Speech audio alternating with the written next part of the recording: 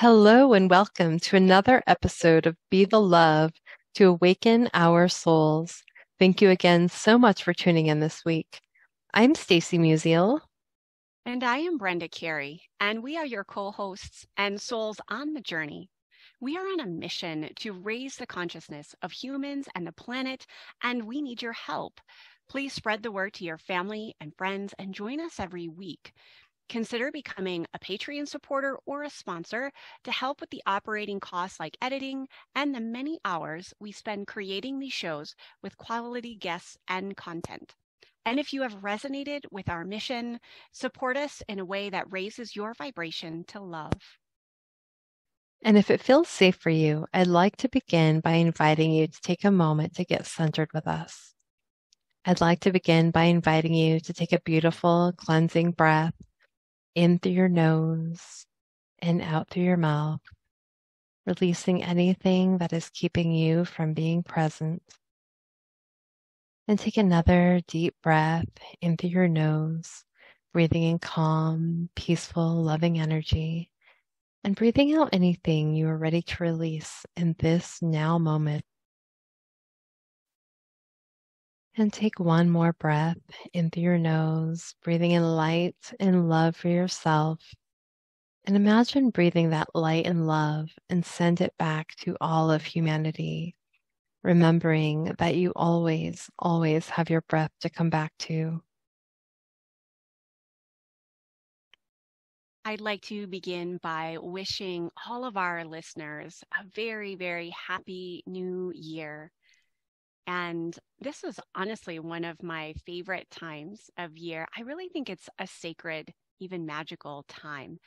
However, I do realize for many of us, we're coming off the hangover of Christmas and any holiday that you celebrate. And so the maybe overactivity or the abundance of stimulation that tends to occur during what's meant to be a quiet time of year can really feel overwhelming. And we can forget the gifts of this more quiet, darker season. And since we're coming off of winter solstice, which is also meant to be a very reflective time, an introspective time, and a time to really shine our inner light and really know what that means personally for us. So that I feel like when we come to this new year, it's this opportunity to really look at what do I want to create for this new year, an intention, a vision of something that we really want to shine forward in our own unique way. Hmm. Yeah, this is really one of my favorite times of the year. I absolutely love the new year and being able to create a new vision for myself and what I want to truly create. And recognizing, yeah, like you said, as we are moving out of winter solstice, we came from the darkest time of the year, and now we are moving into the light and shining the light where we can truly shine the light on the things we want to create and including the things we're ready to heal within ourselves. And, how are we going to move forward in the new year with this light for ourselves for the year ahead? And I think it's really a beautiful time to, reflect on the things that we did create and that did manifest in the previous year, because I think that's really important in order to move forward, to recognize, oh yeah, I did, you know, really accomplish a lot. And, recognizing and reflecting on those things is really important. So we can also maybe build on the things that are working and the things that we want to create for the new year and then continue that forward momentum. I think it's such a beautiful time. And I think when we can come into a new year with intention, it's really a powerful force because that intention will help us move forward. And, when we have intention, our minds and our bodies are, the universe is helping us with that. It finds ways to create the things that we want to have. And it's really an important thing to have that vision for ourselves. Yes, I wholeheartedly agree. You know, having a higher intention connected to wisdom, source, divine, whatever you want to call it. I'm going to back it up a little bit and just share like a short, like what used to be true for me. I always came upon the new year kind of like mixed reviews. Like I'd be, yeah, excited for the new year, but I always focused on more of a mindset of lack or scarcity. And I am not, criticizing our society at large, but it definitely is very invested in external things that will supposedly make us feel fulfilled. So obviously this time of year we're seeing a lot of products and programs advertised for like weight loss or financial freedom, or organization is another one, like organize your closets, or whatever it might be. And I get it, that's like the typical New Year's resolution. And I think what we're trying to communicate is no, we are creators, and we can be creators of a higher vibration. And so for those of you who are like, oh, I like to make New Year's resolutions, I'm not saying to disband that at all. I'm just saying know where those desires really come from. Like, what do we really desire from our heart? And there's nothing wrong. At least I don't think, with, say, setting a New Year's resolution for losing weight. My encouragement would be, instead of focusing on the word losing, which comes from a place of, scarcity and lack, maybe we focus on being strong, feeling really healthy, really vibrant in our body and our mind. So for some of us, it might just be a little bit of a mental shift, and looking at like, what do I want to create in a positive mind frame, as opposed to what do I want outside of myself that will hopefully, fulfill the void that I feel inside. So that's my encouragement. I'm definitely a believer in, set the goals that you want if you feel like you really are drawn towards that, and also have a more heart-centered intention of like, how can I create this that will raise my vibration, and those goals will hopefully more easily be accomplished. I 100% agree because I think it's so important, because we can have these resolutions, but they are externally focused. And, one thing that's helped me over the years is, recognizing, yeah, like you said, like what is under that? Like what do you really want to create? It's not necessarily weight loss or, I mean, it's weight loss, but it's like, how do you want to feel? Yeah. Right. And that vibration, that vibrant, optimal health, and so that is the intention, right? And then you can discover and, come up with steps on how you want to get there to feel that. So I personally, one of the things that I really like to do, aside from, the Sankalpa, which we'll talk about here soon, but, really coming up with maybe a word or theme for the year. And so that might be, what's a word that would really feel good and connect you to your goals, So for me, like this year, my word and theme is connection and presence. And Mm, so I really want to begin to embody that and, develop connections with people, deeper connections. And, but really when I think about what that looks like, it's really being present with the people that I'm experiencing connection with. So, being present is, really being a deep listener and standing in my truth in what I'm feeling in the moment and being able to express that. And so, really being present with the person, but also with who I am.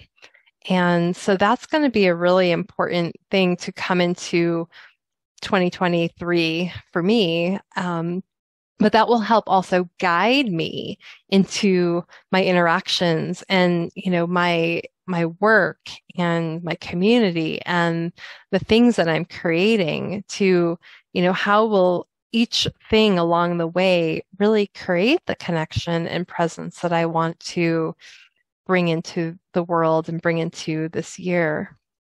I love those words of connection and presence. I mean, I think we can all use that in our day-to-day life.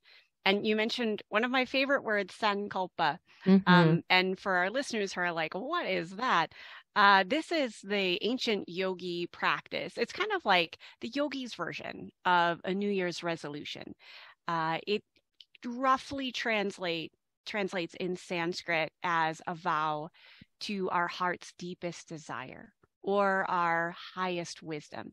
So it comes from a much more of a heart-centered place, from self-love, compassion, as opposed to the mind who's going to figure out all the steps. That's not this. A sankalpa, this vow to your true nature, highest self, is meant to be like this overarching, even like a theme, like you mentioned, or a word for the year. It's usually put in a short phrase or sentence that's in the present tense. So it's not like a I will be connected. It's I am connected, or connection is my true nature. And it's phrased in the positive, which we mentioned before. And I love how you mentioned, like, you use that theme word, same with the sankalpa. We use that to really help bring in what we want to align to, whether that's people or opportunities. And it gives us a direction. Otherwise, my scattered brain can go all over the place, whether it's with personal decisions or business decisions that I have to make. And it feels like I'm just scattered, but I'm not really focused in on what I do really want to create. So I think one of the beauties of having a Sankalpa statement or a word or theme for the year is it does provide that direction from a place of self-love. And for me, it also gives me permission to say no. And that's a Mm. big thing because if I feel like even if it's a good opportunity that comes along, but if it's not really aligned with my sankalpa, then it's just like, you know what? No, it's okay. It might be a later, it might be a wait, but at least it brings me some clarity on how I'm going to move forward rather than just moving forward in a whole bunch of different directions and hoping for the best. Absolutely.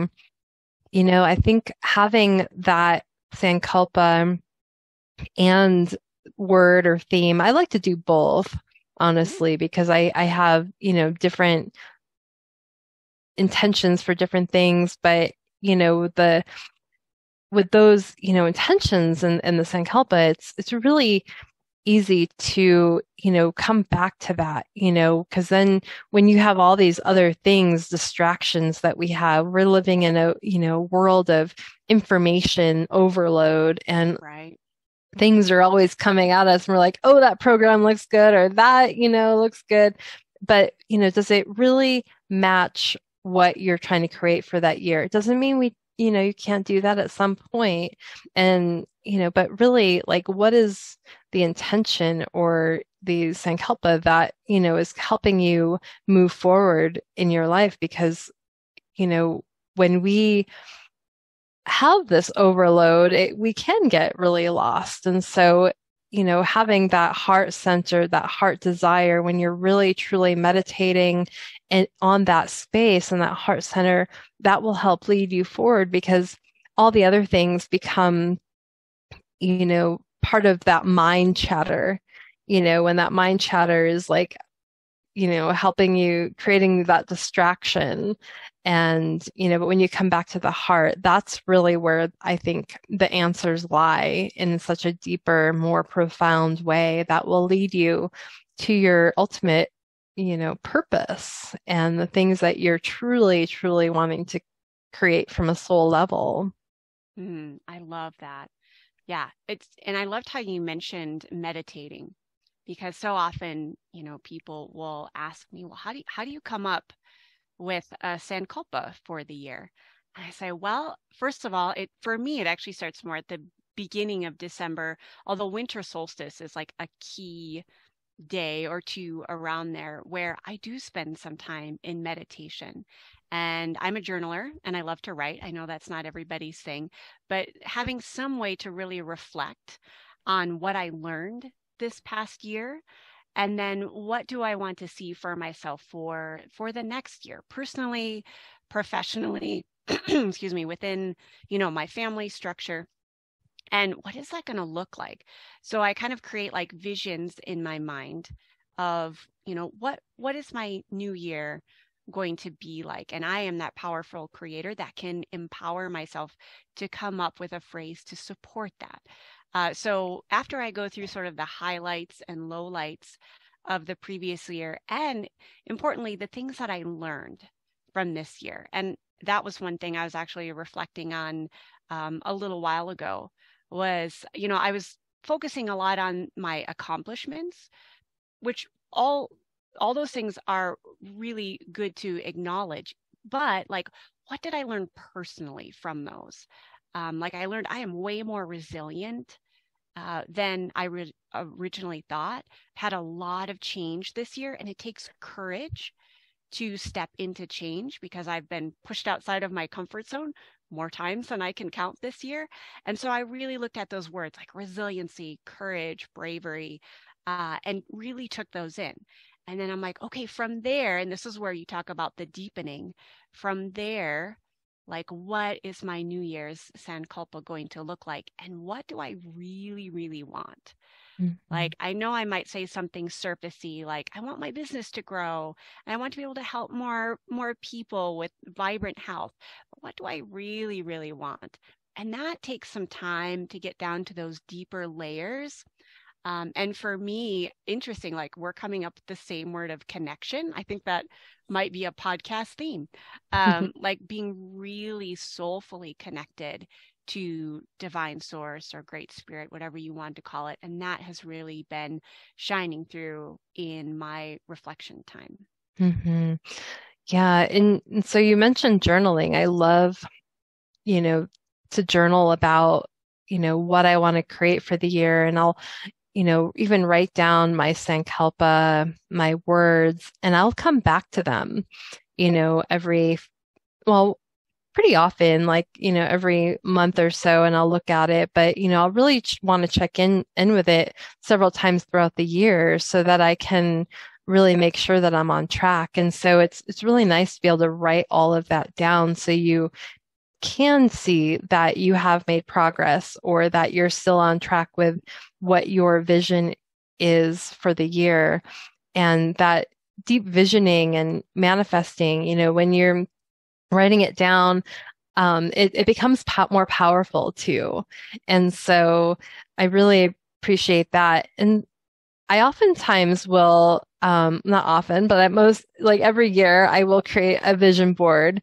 And so that might look different every year, whether or not it's on a big poster board or in my journal or someplace that I can, we'll be able to see it on a very frequent basis so that I can come back to that. And the vision board, is just maybe a collage of pictures of things that will represent what I'm wanting to create. Because when we have a picture in our mind, so between the pictures and the words, we're able to really connect, and our mind is going to find ways to continue to create that. So it's a really important and intentional process that we can go through. And, without a vision or a map, we can't get to our destination, right? And so it's so important to have that so we can get to where we want to go, whether or not, we don't always know exactly what the end will look like because it's all, can ebb and flow and weave and, change in the path that we get there, and that might change. But it's important to have an idea of what you want and diving deep into those feelings because the feelings will help drive the vision forward, which is what's underneath that sankalpa or those words. So that's why it's so important to have those words and that heartfelt desire of what you're truly wanting to create so that you can move into that direction with those deep feelings. Yeah, I love using the word, well, vision as a verb, like visioning. And like vision boards remind me like that's the process of visioning and creating, the scenarios that we want to see. And it may not be exact. I mean, I always hold the outcome loosely, because we don't always know how we're going to get there. But there is this visioning process. And my sort of super easy way, I haven't done an actual vision board with collages. I'm actually not a very visual person, but I do the really cheap and easy way of post-it notes. So I just will have like these colorful post-it notes, and I put my Senculpa statement like on my bathroom mirror, on the dashboard of my car. And so I'm constantly seeing that in my business planner. That's a big one. Mm, And I really try like on the cover of my journal. So I'll have multiple post-it notes. So it like really sinks in to my psyche of like, this is what I'm creating, and this is where I start from, this heart-centered place. And I will say, and this is another differentiation between typical resolution and Sankalpa, is that a Sankalpa is fluid. So there have been years, and let me explain what I mean by that, is like I start out saying, okay, this is my Sankalpa statement. Maybe it's something like I am worthy, you know. And then I do kind of a quarterly revision and ask myself, does this really still feel true for me? Because life changes. I mean, that's just honoring the nature of the seasons, whether it's outside or inside ourselves. And oftentimes I will alter or totally change up my Sankalpa statement. It could be in the springtime, it could be in the summer or fall, because I'm like, you know what? I'm not fully resonating with that. Or maybe I feel like I've gone even a layer deeper. And so another word or another theme will show up. And I mhm, love having this idea that we're not fixed for the whole year. It's like once you pick your word or your Sankalpa, you have to do it for the whole entire year. And I say, no, it can change and it can be very fluid. And I think that also prevents us from giving up because we know, I don't know what the exact statistic is, but most resolutions end within 4 to 6 weeks or something. Like by mid-February, they're, already thrown out. People are like, oh, I failed. I didn't lose the weight or create the money or whatever it was. And it's kind of like an easy out, like, well, resolutions don't really work for me. And I'm like, oh, but a Sankalpa can always work. We just might need to shift it a little mhm, bit. And then from there, start again realigning or revisioning to what do I want to create now? mhm. And to recognize that, it's a forgiving process. I And love that. yeah, like we don't have to be so hard on ourselves because we Right. didn't accomplish the thing that we set out to do, that it feels like we didn't accomplish that. But what steps did we take to get there, and recognizing even what we would call small steps, right? Because I think we are in a culture of this black and white thinking, like, oh, I didn't accomplish this whole big thing, right? But what did you accomplish? And maybe those small steps, are going to lead you to, that process of what you're trying to create, or the end goal, which it's really not about the end goal because there's really no destination, right? It's all an unfolding process that we get to create when we allow the process to unfold naturally, whether or not it's losing weight, if losing weight is the end goal, you know, maybe and we change that to optimal health. Like, what steps did you take to get there? Was it maybe adding in more greens, or, going for more walks, or, things that maybe getting out in nature, things that are supporting that. And so we get to really look at the things that we are doing right rather than focusing on what we, perceive that we failed at or didn't do, in the way that our minds, you know, like to make up stories about. So true. So true. So, my encouragement to our listeners is to begin this process. Like, really check in with your heart. Like, what does your heart deeply desire? And create a word or a short phrase, a sankalpa statement that helps you align to what you do really want to create. And you have that power within you. You truly do. And Mm-hmm. I mean, Stacy and I are always wanting to support people in this process. Please reach out to one of us either via the podcast or our personal contacts, and we would love to support you. And thank you for listening to Be the Love. If you have enjoyed listening to our show, please share the love by sharing it with your family and friends, or giving us a 5-star written review on iTunes and Spotify, or liking us on Facebook. And again, I'm Brenda Carey, and as a holistic healer, I offer coaching and online programs to guide people in their sacred path to vibrant health. Please contact me on my website, which is sacredpathyogaandreiki.com. And I'm Stacy Musial. I'm a psychotherapist specializing in whole person deep soul healing. And you can find out more about my work and my book and programs at awakenyourempoweredsoul.com. And you can check out our links in the show notes. And please consider supporting our mission to awaken our souls with monthly donations that help us with the operating costs of this podcast so we can continue to spread the love. To contribute, visit our Patreon website at patreon.com/Be the Love Podcast. Stay tuned for more episodes being released on Mondays at 5:55 a.m. Mountain Time.